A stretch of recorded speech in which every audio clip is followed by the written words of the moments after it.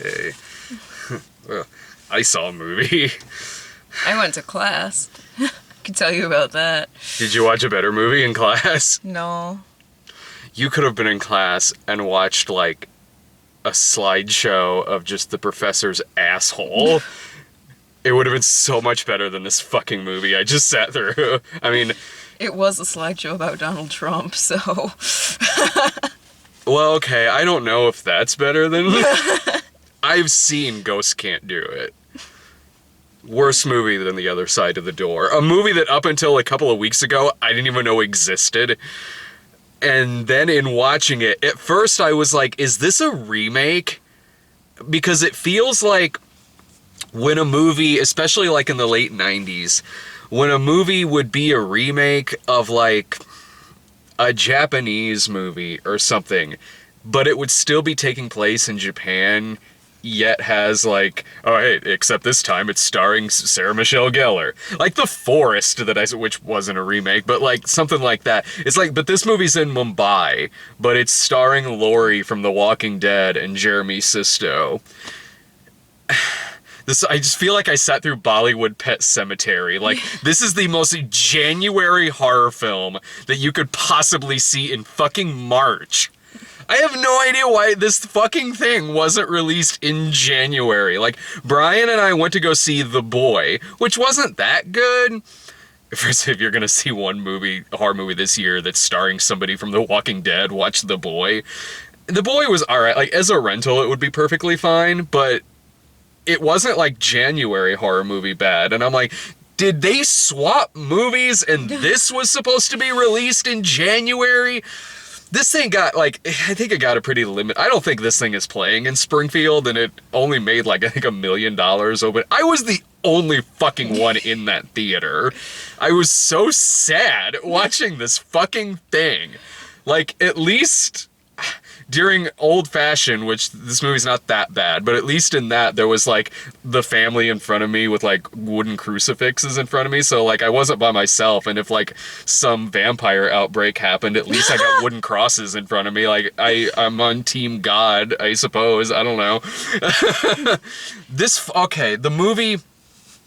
If you like cheap-ass jump scares, you'll like this movie. If you like shitty-ass scenes in horror movies where something's happening, then boo, ghost face, and it was a dream, that you'll love this movie. Like, if you hate good horror movies and like shitty ones, you'll like The Other Side of the Door. You would have hated this fucking movie. Like, you would have really hated it. Like, I know you don't like horror movies that much, but I mean, you know the difference between, like, The Witch and the Cabin Fever remake. Yeah, no, I mean, I can tell good horror from bad horror. Yeah. Like, I mean...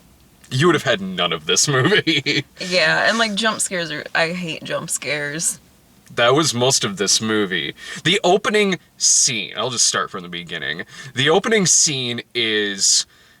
what's her name? Sarah Collins, I think? Anyway, Laurie.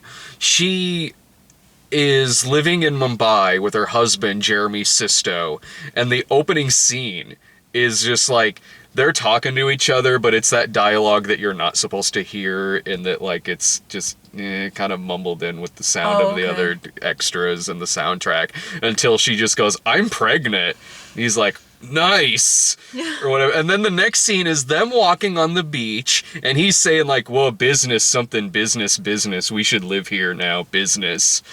So they're gonna live in Mumbai, but the scene's not over yet. There's a little kid on the beach, and then Laurie is like, do you think that we should live here? Like, kind of playfully, it's either her or Jeremy Sisto doing this. They're, like, playfully doing this with this kid. Like, what do you think? Should we not go home and live here? And then ghost face on the kid, pointing at her, going, ah!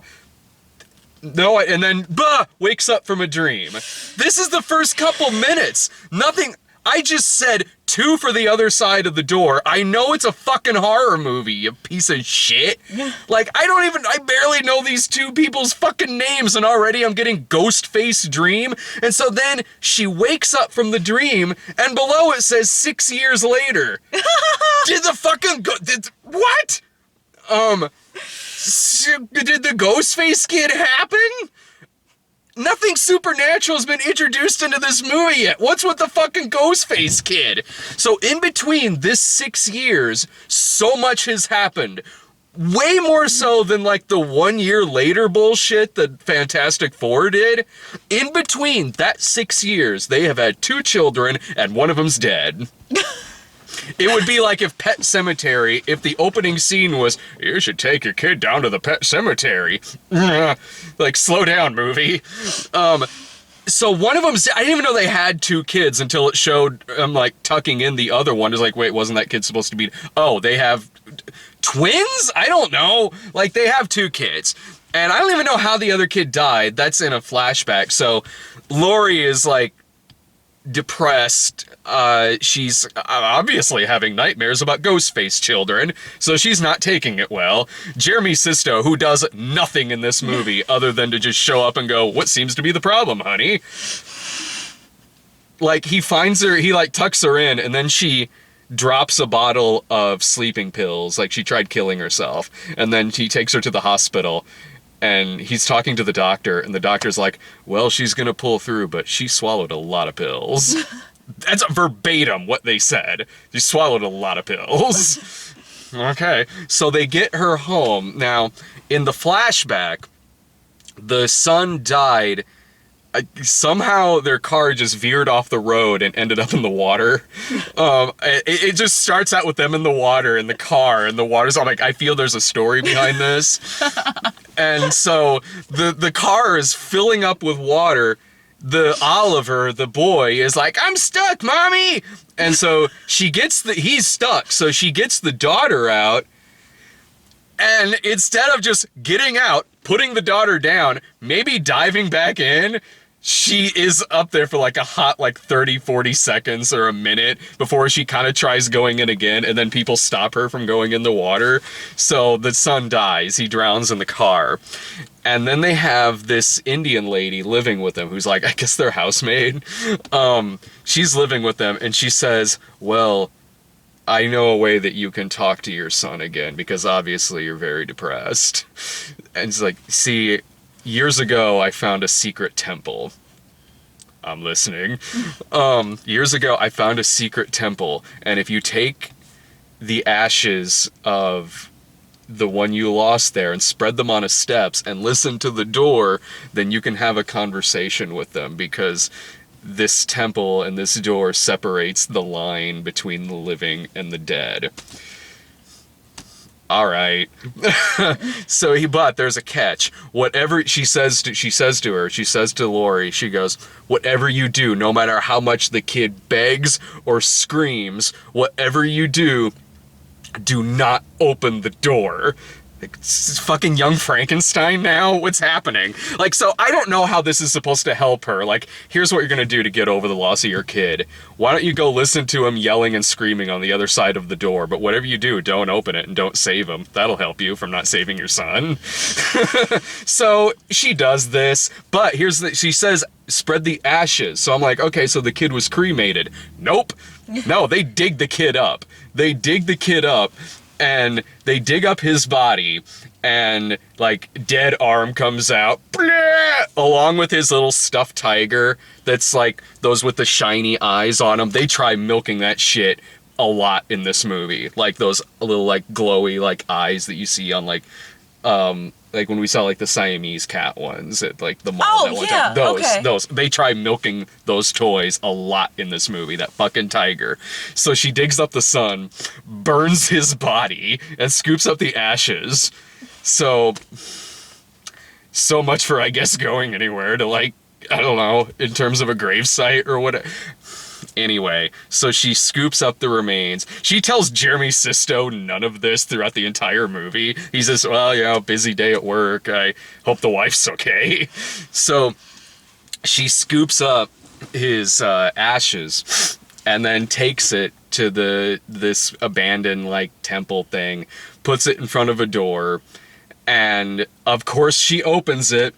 She hears the kid on the other side, like, mommy, mommy. They talk for like 20 seconds, and then the kid doesn't even go like, the kid doesn't even say anything like, help me, please, mommy, help me. He doesn't do that. He just goes, well, bye. I gotta go, mommy. Bye. And then she's like, what? No. And opens the door. And then there's like the fucking Amazon cannibals on the other side. Like loincloth, bearded, like fucking, not really Green Inferno, but more like, I don't know, like fucking Mountain of the Cannibal God is going on the other side of the door. So she opens it. Oh, well, I guess he's gone. And then creepy, cannibal looking dude is standing there. So she goes home.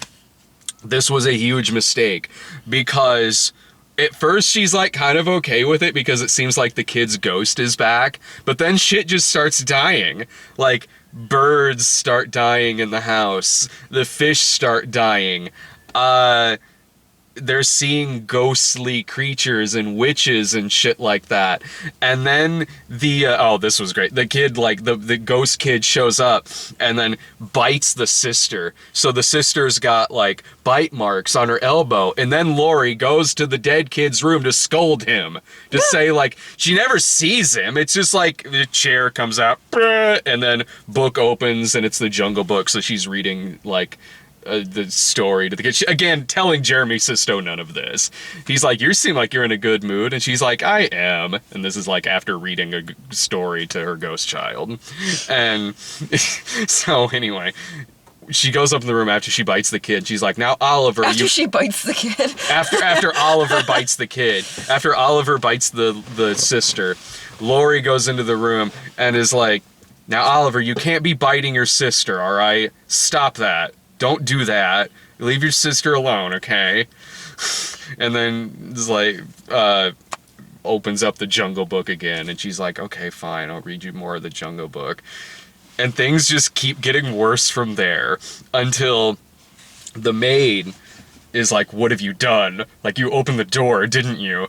And it turns out the reason this is all going on is because if you open the door, that brings the spirit out into the real world, and it can't be reincarnated, and reincarnated purifies the soul. So now here's this soul wandering the earth that's now become evil and is trying to possess them and kill them. Meanwhile, the gatekeeper of fucking hell has shown up to like take the kid's soul back. I honestly don't see what the conflict is here. Like, okay, so just take the kid's soul back. Go ahead, stop, like, bugging me. And, of course, they get some, like, contorting actress to play the witch. Like, scary. That wasn't fucking scary in Devil Inside. It's not fucking scary here either. So, okay. And then I'm like, why did you... you know what, this is all on the fucking maid. Like, honestly, why say that? Like, okay, you maybe should have elaborated a little bit more on why you shouldn't open the door. Just, no, don't open the door. Like, don't do that. Like, or else, bad things could happen. No, tell her straightforward. If you're going to tell her to do this really stupid idea that will unleash hell on earth, maybe tell her, like, okay, if you open the door, your kid's soul will fucking turn evil and try fucking possessing and killing us. And the maid does die. The maid dies because her daughter previously died. That's how she knew about the temple thing, whatever. So her daughter previously died, so they're trying to set all the maid, her idea is to set all of Oliver, the kid's things on fire. And so she's got them all in garbage bags in the backyard, the maid does. And she's trying to light a match. And then you see this spooky figure come from the fountain behind her, and it's her daughter. She doesn't see that. She just, the ghost goes like, mommy, mommy. She doesn't ever see this, so the only reason we're seeing her as the daughter is just for the benefit of the audience. And they think the audience is so stupid that, one, it has to show us that she's the daughter, even though the character on screen can't see it, so there's no point of her looking like this. But when it cuts back and shows it, it's the ghost of Oliver, the kid, saying in the daughter's voice, mommy, mommy. So just in case I am fucking stupid enough to not know that's okay. Let's say I've finally figured out, like, oh, thank God, it's shown it to me. It's the maid's daughter who's the ghost. But oh God, I'm apparently also really fucking stupid, and I need them to also show me it's the ghost of the kid that's been haunting everything in this goddamn fucking movie. Thanks, you asshole fucking movie. And she's drowned in like the fucking like little koi pond. Like, it doesn't show it happening, just like Jeremy Sisto finds it, like, what? Like, he comes home and just finds the bags of all of the son's things, so he's like, what is happening here? And then finds the body, like, holy shit, just like sitting in the koi pond. And then there's a funeral for the maid and all of this, so at least a few days have gone by. And then Laurie, after all of this, the bags are still on the lawn, so I guess at no point in this little brief period of time was Jeremy Sisto like, A, why is all of our dead son's stuff on the backyard, and B, why haven't we brought it fucking inside yet? So she sets it all on fire, and Sisto's like, no, what have you done? You set all the kids' stuff on fire. And he's like, and then she goes like, I know you won't believe me, but I tried bringing back the ghost of our dead son, and he's come back, and he's really evil, and he's possessing things. Like, honey, you just need to relax, all right? And then here's where it should have ended. The dead son possesses his sister and is saying like, Daddy, help me, Mommy's crazy. And Laurie is trying to be like, tell your dad what happened. Tell your dad about playing the piano with your dead brother. That's, you know, they try making the chopsticks on the fucking piano spooky in this movie too. There's one part where Laurie wakes up and like the little toy tiger's looking at her in the face, like, oh no, a toy store. So, yeah, okay, anyway, she possesses the daughter, and this is when it really turns into Pet Sematary.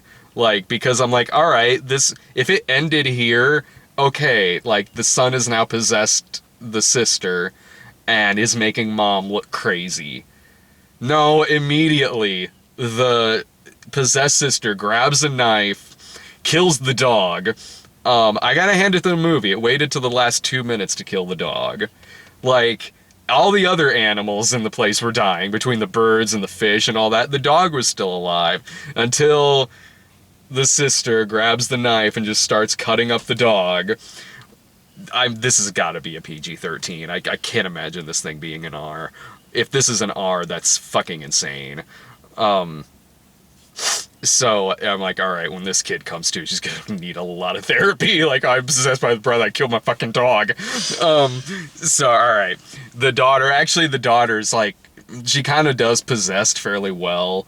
Like, it just straight up turns into Pet Sematary. Like, she stabs Jeremy Sisto and is like, you're being naughty. Like, I want to play daddy. And it's like, yeah, like typical evil possessed kid shit that it's doing. And I'm like, why did you go through this elaborate thing of like trying to make it look like your mom's crazy and then to immediately blow your cover and kill the dad? And then Laurie, the cannibals come back in and they're trying to exorcise the demon out of the girl by fucking killing her with a knife. They're just gonna gah, gah. But then Laurie comes in and pulls like an exorcist and just grabs like, no, take me instead. And then the son possesses her and they stab and kill her. And poor Jeremy Sisto and all of this. He has just found this out like 2 minutes ago and is now lost so much. So she dies. And then the ending is she then wakes up in her ashes on the steps on the other side of the door. And she can hear Jeremy Sisto on the other side of the door saying, are you there, honey? Are you there? So he has somehow also found out about the same fucking temple, even though the maid's been dead. I don't know what asshole told them about this. Somebody did. He must have replaced the maid with another maid who knows the same spooky story. So he's on the other side like, honey, are you there? Are you there? And she's like, no, don't open the door. I don't know why the name of this movie wasn't just Don't Open the Door. I mean, Though Don't Open the Door from the 70s is a way better movie than this, but that title makes more sense. It was like they wanted to call it that, but they're like, wait, there was a thing from the 70s that was called that. Let's call it The Other Side of the Door. Whatever. So that's how it ends. He's about to open the door and unleash her spirit. And again, this also just seems like a problem that will again take care of itself. Her spirit will, I guess, go evil, but at the end of the day, the witch will show back up and return the spirit. I don't know. This movie is fucking horse shit. This movie is so bad, and I'm so sorry I just spoiled the whole thing for you. Does this sound like something you want to see? No. Too scary? Oh yeah, that's totally the problem. There was one jump scare that did get me, that did make me jump. Not that I was like, wow, this suddenly is getting very scary. No, it would have been like if someone just popped a balloon by my head. I'd be like, you're an asshole. I wouldn't be like, oh, I want to hang out with you.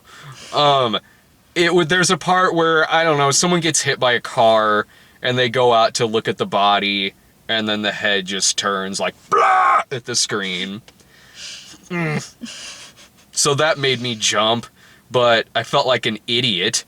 That's how I feel about like every jump scare ever. In something like this, yeah. Something like this, totally. A movie that fucking earns its scares, fine, totally. That's part of the experience. In this stupid piece of shit that is for some reason in theaters. I don't know why this wasn't like fucking direct to on demand or Netflix. This is like going to a theater to see fucking Haunting in Connecticut 2, Ghosts of Georgia. That seemed more ambitious than this movie did. This movie is just utter dog, and it's an ugly looking movie. Like, it just is. Like, it's just really sweaty and dirty, and their house just looks like they were searching for sets and just found this abandoned house for them to film in and just didn't really decorate it at all. Like, I don't know. There's nothing to recommend about this movie other than if I saw it in a theater with Brian, like I usually do a movie like this. Like, I seriously feel like I am cheating on Brian watching this movie without him. He's going to be so mad at me. He'll never forgive me. I'm going to have to make it up to him by taking him to so many more shitty horror movies after this. In my defense, though, this movie is so not playing in Springfield. Well, you want to review your Donald Trump video? No, it wasn't even a video. We were just... It was a government class, and it's an election year, so it's like election focused. And so today we were talking about Donald Trump, like we talk about different candidates. Mm-hmm. It's not as interesting as he did mention the hands. You got no complaints, all right? I got no complaints. I got tiny fingers. Look, you look at my package. I'm just saying, I've had no complaints. Come Christmas time, we put the hay around there, make it look like a nativity scene. Look, I'm just saying, Christ comes 3 times.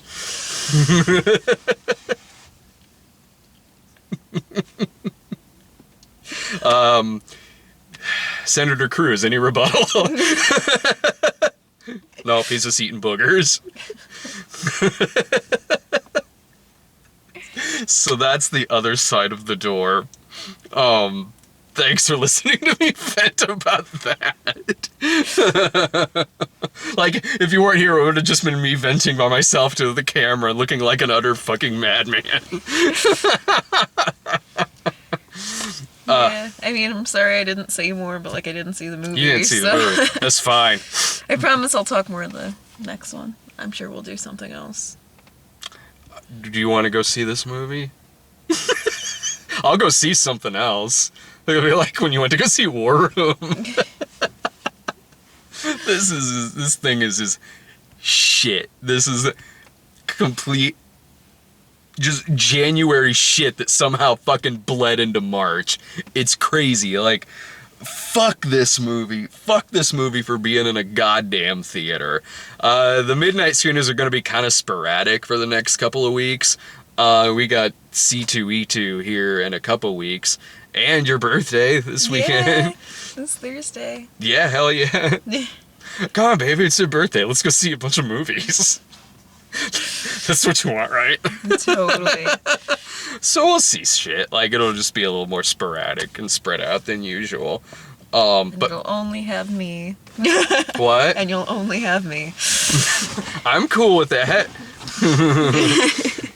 even when I get to go see something shitty by myself, I still got you here to be wait to hear this shit that I saw. This is actually kind of like when we like Skype after I watch something terrible, and I'm just like, you're not gonna believe this fucking shit that I just saw. I don't know, fucking Anthony Quinn died and his ghost is going around and Bo Derek's naked.